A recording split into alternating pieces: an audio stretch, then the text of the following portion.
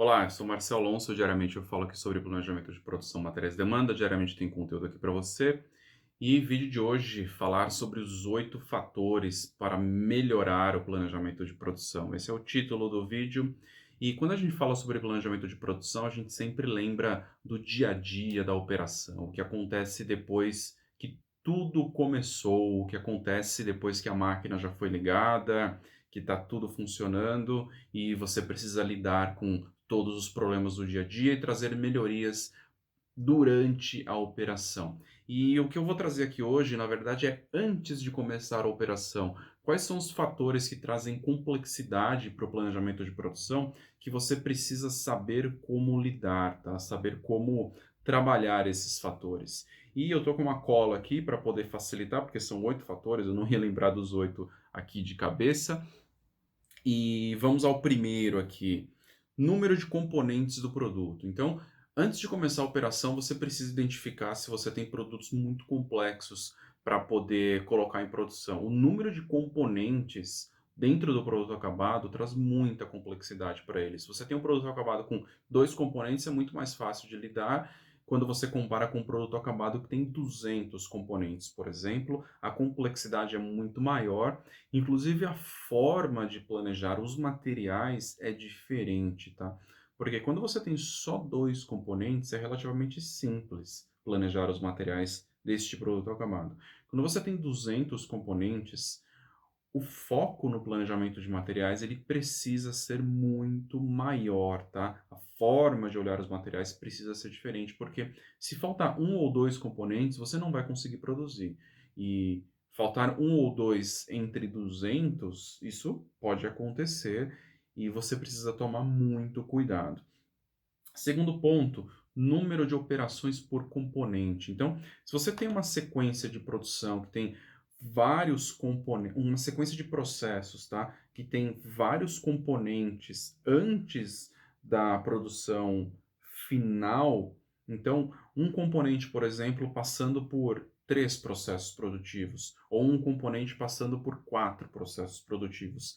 Esse tipo de componente, a forma de planejar é completamente diferente. Você tem uma situação bem complexa na sua produção e você precisa entender como resolver essa complexidade, como melhorar, tá? Como facilitar o processo de planejamento e reduzir essa complexidade, tá? Você precisa tomar muito cuidado com isso. Terceiro ponto, existência de operações dependentes. Quando uma operação depende da outra, você precisa encontrar formas de controlar. Normalmente, a capacidade de produção de uma operação é diferente da outra.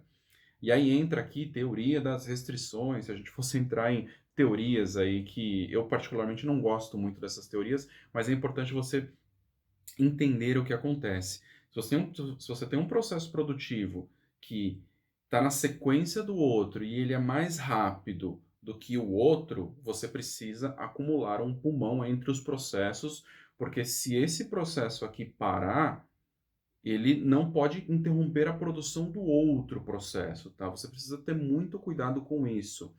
E por isso entender a capacidade de produção em cada um dos processos é fundamental. Você precisa fazer isso da forma certa.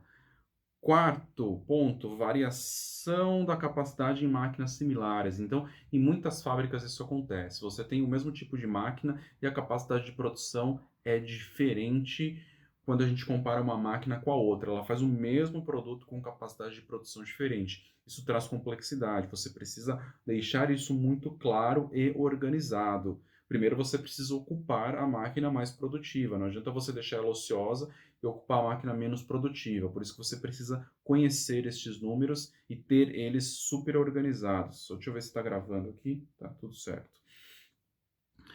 Quinto ponto, histórico de quebra dos equipamentos. Você precisa entender se um equipamento quebra mais ou menos do que outro.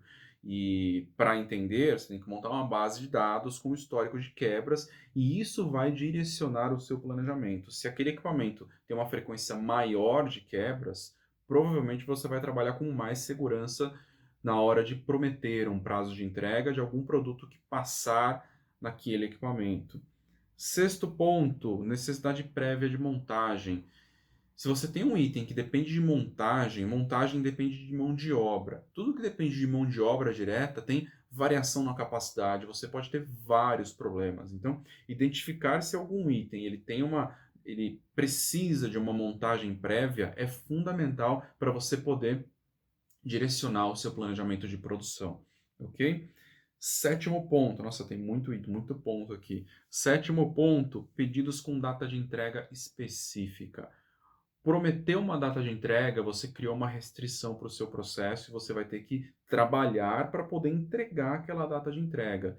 Isso é super complexo, você precisa estruturar da forma correta o seu sequenciamento, os seus controles para você não perder a data de entrega prometida. É importantíssimo você entender que isso é complexo de lidar, isso pode trazer problemas para a sua operação. Oitavo e último ponto, pedidos com lotes pequenos. Isso é super complexo de lidar, é um problema muito sério para várias operações, e aqui a gente entra em estrutura de estoque de segurança, modelagem dos lotes de produção, para poder reduzir essa complexidade. Enfim, eu não entrei no detalhe aqui dos 8 pontos, tem muita coisa para falar sobre todos estes pontos. A ideia do vídeo aqui é que você entendesse a importância de olhar para isso com cuidado, olhar com profundidade, para você poder melhorar o planejamento de produção e reduzir a complexidade do que você está fazendo, ok? A gente fica por aqui nesse vídeo, um abraço e até o próximo vídeo. Tchau, tchau.